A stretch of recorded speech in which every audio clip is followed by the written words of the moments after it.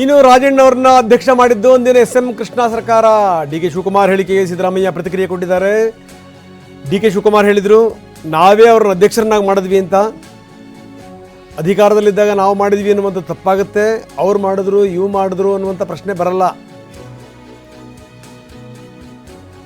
ರಾಜಣ್ಣ ಅವ್ರನ್ನ ಅಪೆಕ್ಸ್ ಬ್ಯಾಂಕ್ನ ಅಧ್ಯಕ್ಷರನ್ನಾಗಿ ಮಾಡಿದ್ದು ನಾವೇನೇ ಅನ್ನುವಂಥ ಮಾತನ್ನು ಹೇಳಿದರು. ಆದರೆ ರಾಜಣ್ಣ ಅವ್ರನ್ನ ಮಾಡಿದ್ದು ಎಸ್.ಎಂ. ಕೃಷ್ಣ ಅಂತ ಹೇಳಿದ್ದಾರೆ ಸಿದ್ದರಾಮಯ್ಯ.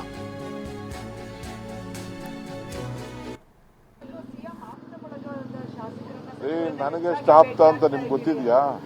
CM ಅವ್ರಿಗೂ ಸಂಬಂಧನೇ ಇಲ್ಲ. ನಾನು ಅವನ ಅಪೆಕ್ಸ್ ಬ್ಯಾಂಕ್ ಅಧ್ಯಕ್ಷ ಮಾಡಿದ್ದೆ ಎಸ್.ಎಂ. ಕೃಷ್ಣ ಗೌರ್ಮೆಂಟಲ್ಲಿ.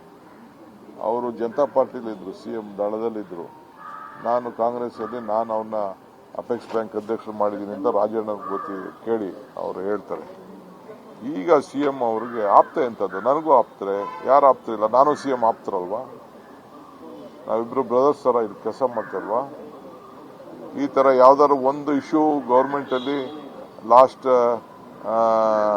16 ವರ್ಷದಿಂದ ನಮ್ಮ ಪಾರ್ಟಿಗೆ ಬಂದಾಗಿಂದ ಯಾವ್ದಾದ್ರು ಒಂದು ಇಶ್ಯೂ ಏನಾದ್ರು ಡಿಫರೆನ್ಸ್ ಆಫ್ ಒಪಿನಿಯನ್ ಇದೆಯಾ? ಎಲ್ಲೂ ಒಪಿನಿಯನ್ ಇಲ್ಲ.